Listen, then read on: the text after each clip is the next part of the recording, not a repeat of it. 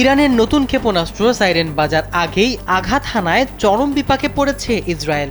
এর মধ্যে ইরানের সামরিক বাহিনীর হামলায় ইসরায়েলি বাহিনীর রাডার ব্যবস্থা ব্যাপক ক্ষতিগ্রস্ত হয়েছে, যে কারণে ইরান থেকে ছোড়া ক্ষেপণাস্ত্র শনাক্ত ও আঘাতের সময় নির্ধারণ করা কঠিন হয়ে পড়েছে।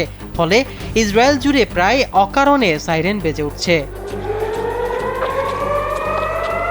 ইসরায়েলি সংবাদ মাধ্যম জানিয়েছে, ইরান থেকে উৎক্ষেপিত কিছু ক্ষেপণাস্ত্র কোনো ধরনের পূর্ব সতর্কতা বা প্রস্তুতি ছাড়াই ইসরায়েলি লক্ষ্যবস্তুতে আঘাত এনেছে।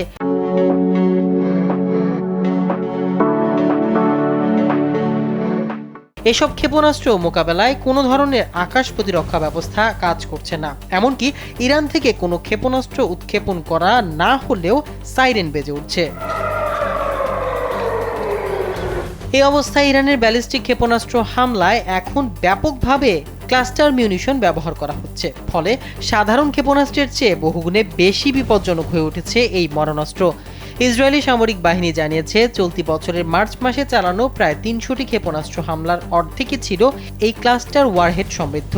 গেল বছরের জুন মাসে সংঘটিত স্বল্পস্থায়ী যুদ্ধের তুলনায় এবারের সংঘর্ষের এই ধরনের মারণাস্ত্রের ব্যবহার আশঙ্কাজনক হারে বৃদ্ধি পেয়েছে, যা আধুনিক যুদ্ধ কৌশলে এক বড় ধরনের পরিবর্তনের ইঙ্গিত দেবে বলে মনে করছেন বিশ্লেষকরা।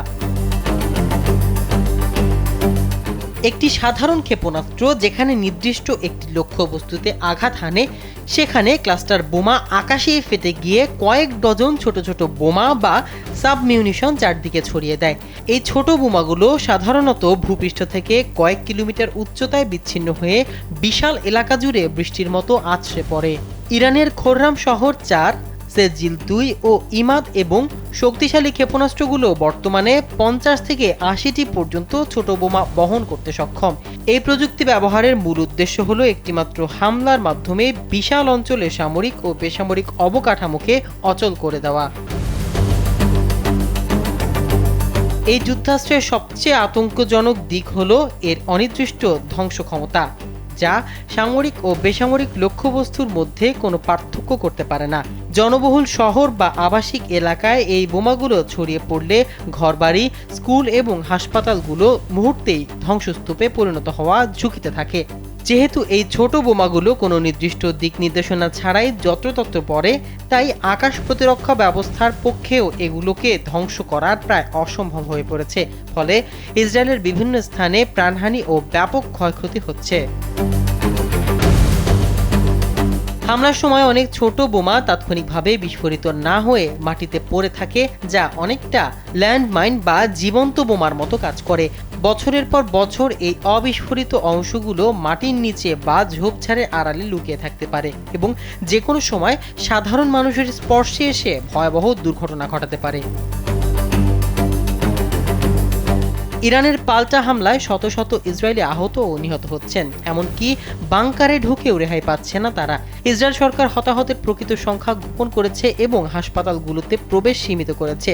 ইসরায়েল ঘুরে এসে এমন বিস্ফোরক তথ্য দিয়েছে ভারতীয় সাংবাদিক ব্রজমোহন সিং।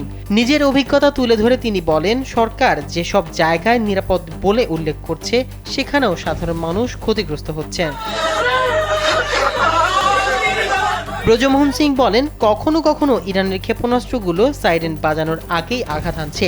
ইসরায়েলি সরকার বারবার নিরাপদ বলা হলেও বাংকারের ভেতরে অনেকেই নিহত হচ্ছেন। তিনি আরও বলেন, সরকার সাধারণ মানুষকে কিছু জানাচ্ছে না।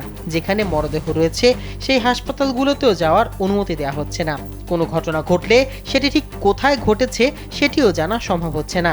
ইরানের হামলায় যে ধ্বংসযোগ্য হয়েছে তার চিত্র ধারণেও বাধা দিচ্ছে ইসরায়েলি কর্তৃপক্ষ এবং গণমাধ্যমের কভারেজও সীমিত করা হয়েছে। মাহমুদ রহমান সিয়াম, কালবেলা।